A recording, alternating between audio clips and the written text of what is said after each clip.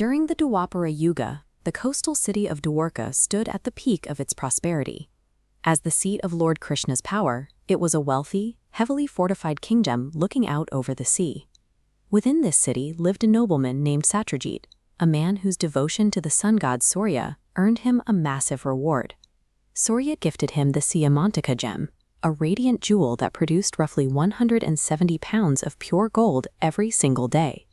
But the ancient Puranas record a specific danger attached to this wealth. In the hands of a righteous person, the jewel brought protection from famine and disease. In the hands of the impure, it brought certain death. Satrajit eventually passed the jewel to his younger brother, Prasena. One afternoon, Prasena wore the glowing gem into the forest on a hunting expedition. He never returned. With Prasena missing and the daily output of gold halted, the kingdom faced a destabilizing vacuum, a disappearance with no witness and no explanation. Without any evidence to explain the fate of the prince, paranoia set in. Days turned into weeks, and speculation began to fill the streets of Dwarka.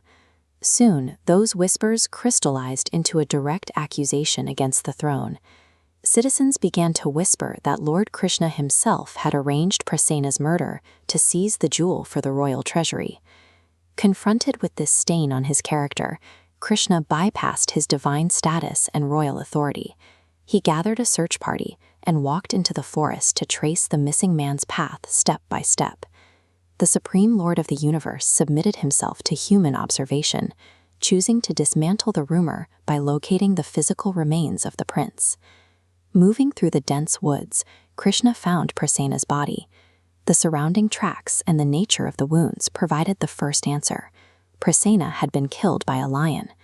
Krishna followed the lion's trail deeper into the brush, where he found a second crime scene. The lion was dead, killed in a struggle with a creature of much greater strength. Krishna traced these massive new footprints out of the forest canopy and up into the sun-scorched ridges of the Vindhya mountains. The tracks led to the mouth of a dark mountain cave. Instructing his guards to remain outside, Lord Krishna entered the shadows alone.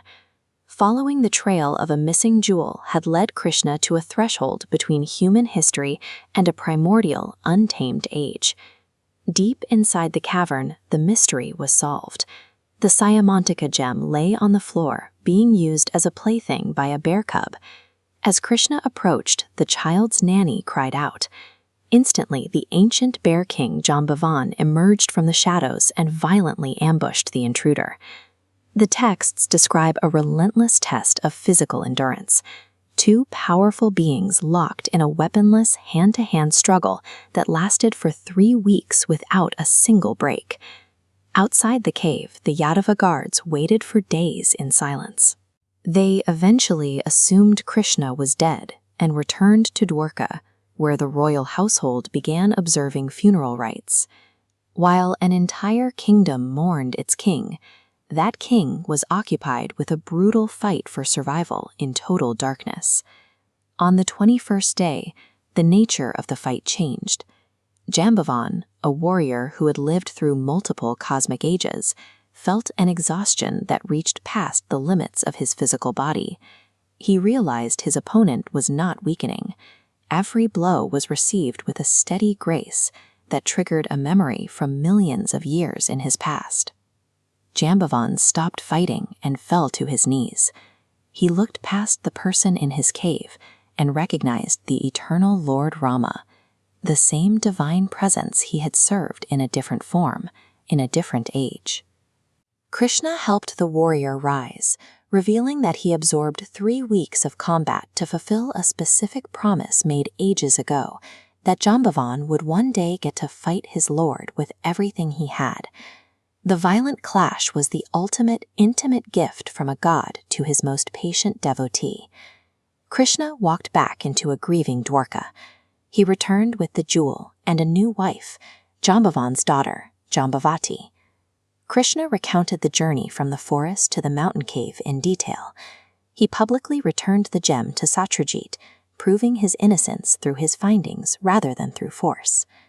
The political scandal in Dwarka was the mechanism required to bring Krishna to that specific mountain cave.